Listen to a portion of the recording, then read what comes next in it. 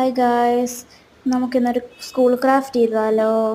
ഇന്ന് ഞാൻ ചെയ്യാൻ പോകുന്നൊരു പെൻസിൽ ടോപ്പറാണ്. അതിന് വേണ്ടിയിട്ട് ഫസ്റ്റ് ഒരു പേപ്പറിൽ ഫ്ലവർ നമ്മൾ വരയ്ക്കുക. എന്നിട്ട് അത് ട്രേസ് ചെയ്ത് 2 യെല്ലോ കളർ പേപ്പറിലും കൂടെ വരയ്ക്കുക. ശേഷം ഇതുപോലെ 3 ഡ്രോയിങ്സ് എടുത്തിട്ടുണ്ട്.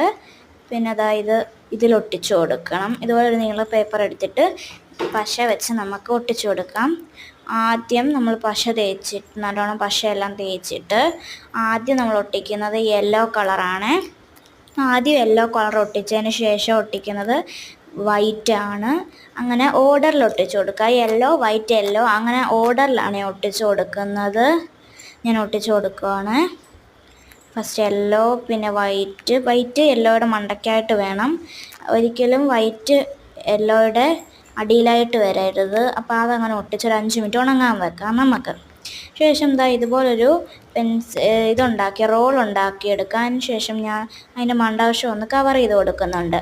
എന്നിട്ട് ഇതൊന്ന് കളർ ചെയ്ത് കൊടുക്കുന്നുണ്ട്. നമ്മുടെ നേരത്തെ ഡ്രോയിങ് ആദ്യം സ്ട്രോബെറി കളർ ചെയ്ത് കൊടുത്തിട്ട് പിന്നെ നമ്മൾ ഒരു ബട്ടർഫ്ലൈ ആണ് കളർ ചെയ്ത് കൊടുക്കുന്നത്. പിന്നെ നമ്മളത് കളർ ചെയ്തതിന് ശേഷം ഞാനൊന്ന് വെട്ടിക്കൊടുക്കുന്നുണ്ട്. കളർ ചെയ്തതിന് ശേഷം ഒന്ന് വെട്ടിക്കൊടുത്തു.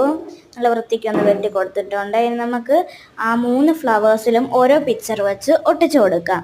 ഞാൻ പശ തേച്ചാണ് ഞാൻ ഒട്ടിക്കുന്നത്, സെല്ലോ ടേപ്പ് വെച്ചല്ല. ആദ്യം നടുക്കത്തേൽ ഞാനൊരു ബട്ടർഫ്ലൈയെ ഒട്ടിച്ചു കൊടുത്തു. പിന്നെ അടുത്തത് ഞാൻ സ്ട്രോബെറിയാണ് എടുക്കുന്നത്. ഇത് ചെറുതായതുകൊണ്ട് കൈ നിൽക്കുന്നില്ല.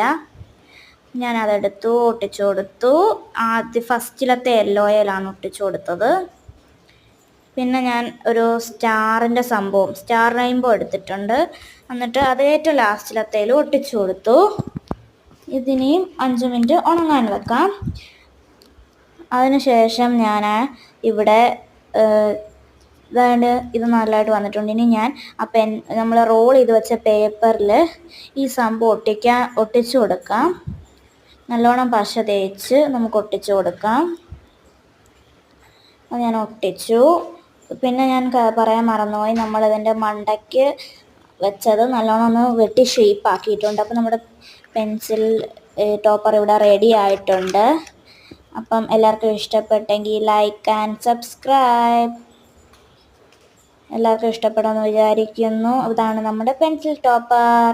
Okay, bye guys.